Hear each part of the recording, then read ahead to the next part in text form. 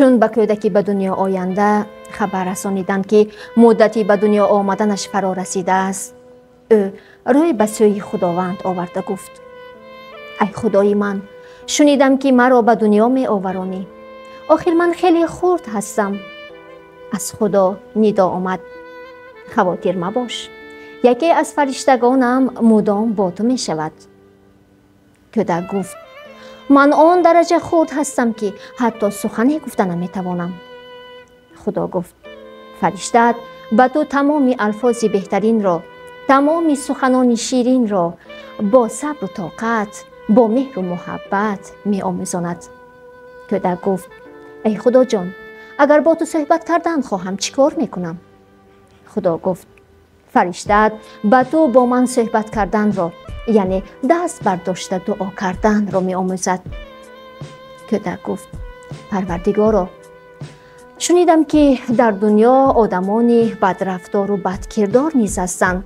من می ترسم.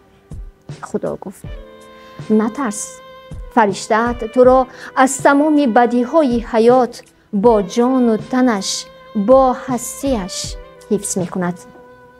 کودک چون به تمام پرسش‌هایش جواب یافت، عزم به دنیا آمدن کرد و دفعه آخر باز سوی خداوند روی آورده پرسید: پروردگارا، می خواهم که به آخرین سوالم هم جواب دهی. بگو نام فرشته‌ام چیست؟ خدا گفت: تو نام آن را دانستنت شرط نیست. تو او را مادر می نامی. مادر جانی عزیزم، مادر جانی رهدوریم، عیدتان مبارک باشد.